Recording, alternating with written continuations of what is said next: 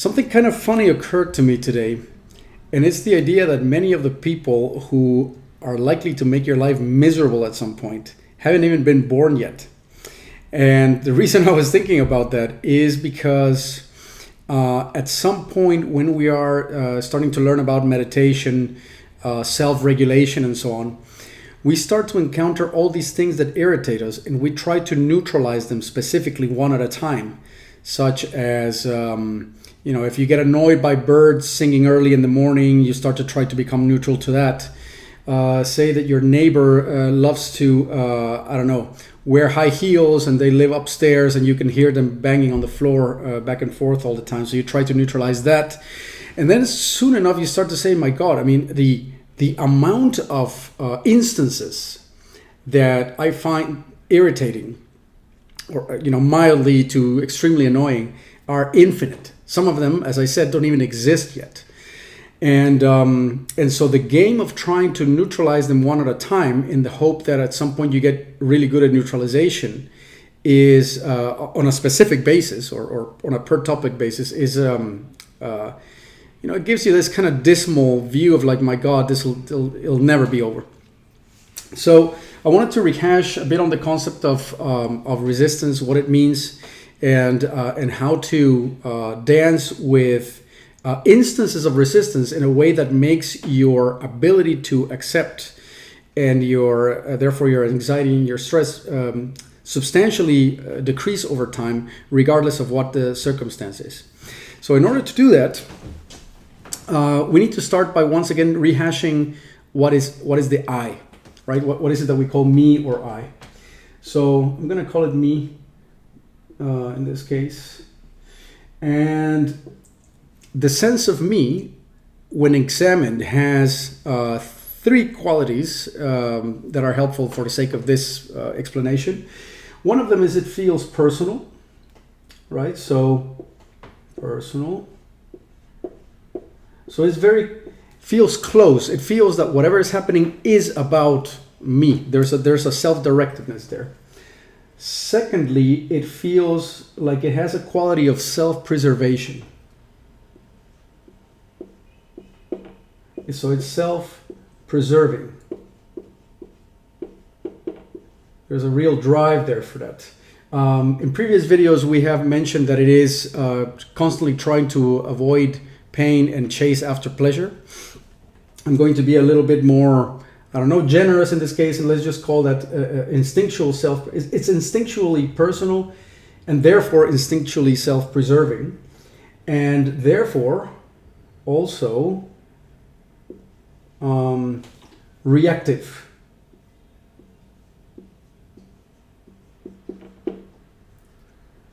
And between brackets, we're going to say in this case to pain, which is often emotional.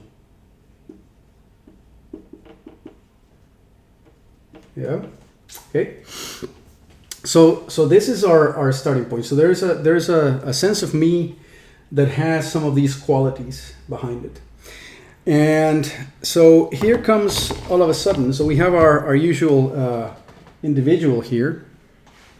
And all of a sudden, either the environment or something inside you flares up.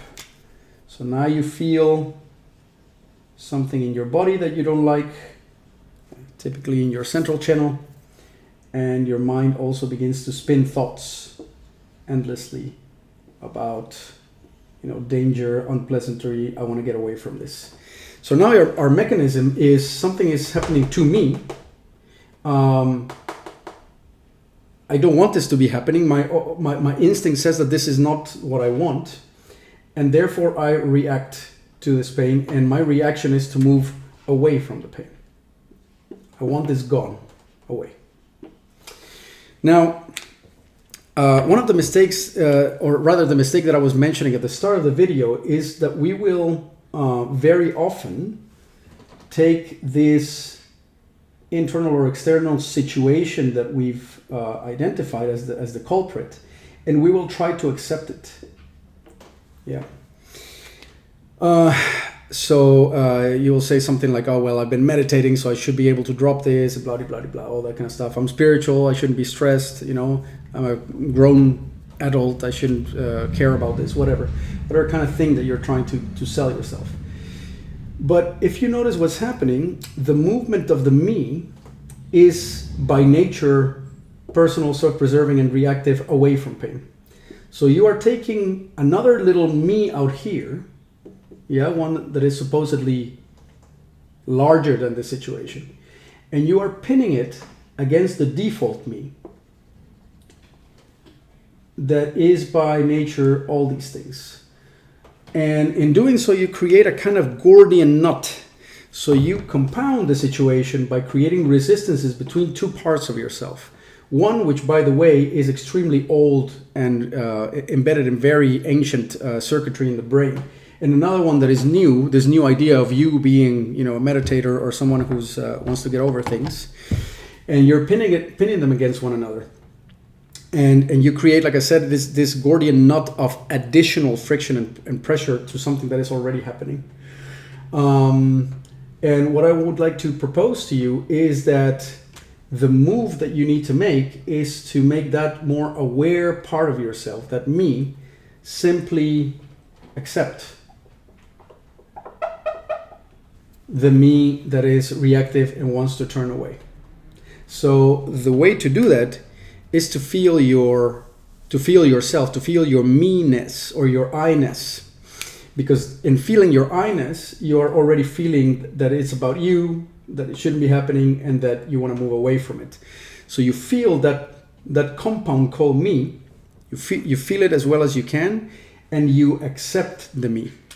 So what you're doing is you're pulling a kind of judo move on this entire thing, because when you accept this whole thing,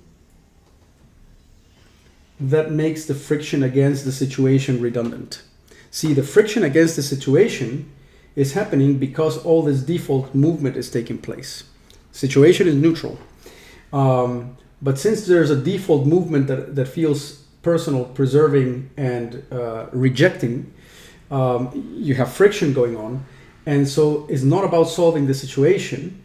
It's about simply accepting the friction, accepting it completely. The degree to which you can accept that friction is probably going to be very low at the start, because this me, you could call this the activity of meing. Yeah, they call it meing versus being. So meing. This activity has a lot of momentum and it is extremely addictive. It's addictive because it provides you a buffer against the raw reality of life and the raw sensations in the body. So long as you can go into personality, preservation, reactivity, and a mental movement away from what's happening, you feel that you can buffer yourself, that you can somehow mitigate the reality of life. And therefore, it's very addictive. It's almost impossible to drop this activity. But you can erode it over time by accepting the fact that activity exists and accepting it so fully that it starts to render it eventually redundant and inoperative. When you accept it, you're going to feel very uncomfortable, because you're going to, in accepting your resistance, the resistance will become very transparent, and therefore the discomfort in the body is going to become very prominent. It's going to take the foreground, so that you will be feeling both this and this at the same time. The feeling of these two at the same time is in fact shadow work, or what eventually resolves many of these hang-ups that you have, which makes situations appear to be negative towards you in a personal kind of way. But it is a process, and you will increase your threshold of how well you can perceive this, how much you can sustain this, and how much you can sit in discomfort before needing to back away, take a break, or give yourself other kinds of buffers, such as going into me again, or eating candy, or whatever it is that you do when you feel discomfort. So it's going to be a kind of what I've been comparing it to lately is taking cold showers that are hitting the inside of your throat, your heart, and your belly, Right? Cold shower is a very unpleasant thing, right? It's physically just dislikable in general. It takes a little bit of getting used to. Every morning you'll have that little battle to like, oh, should I be doing this or not? It's exactly the same. It is almost the same kind of discomfort. It's like kind of burning, almost like drinking battery acid or something like that. It's like, yeah, like you're taking an inner cold shower every time you do this. So I'm not preaching that this is easy. Actually, it's in fact it's difficult. It's just difficult and unpleasant. But as you do it, your threshold for it will increase and magnify over time. And the idea at some point is that any event can go right through without getting caught in any of these, and therefore triggering the activity of the me.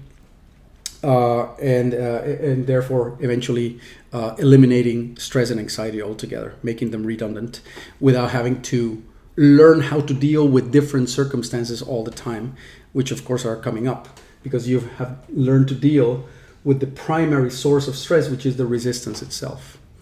So I hope that resonates. I hope it makes sense, and I'll be back with more videos. Cheers.